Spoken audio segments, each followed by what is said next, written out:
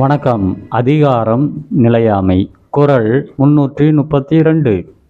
கூத்தாட்டு அவைகுழா தற்றே பெருஞ்செல்வம் போக்கும் அது விளிந்தற்று.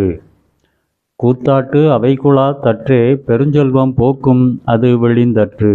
இக்குறளின் விளக்கம்: பொருட்செல்வம் சேருவது என்பது கூத்தாடும் கூட்டத்தில் ஆட்கள் படிப்படியாக வந்து சேருவதை போன்றது. பொருட்செல்வம் சேருவது என்பது கூத்தாடும் கூட்டத்தில் ஆட்கள் படிப்படியாக வந்து சேருவதை போன்றது.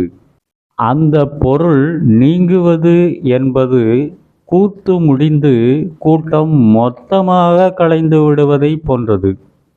அந்த பொருள் நீங்குவது என்பது கூத்து முடிந்து கூட்டம் மொத்தமாக கலைந்து விடுவதை போன்றது என்று பொருள் செல்வத்தின் நிலையாமை தன்மையை உவமை கூறி விளக்குகிறார் ஆசான் திருவள்ளுவர். நன்றி.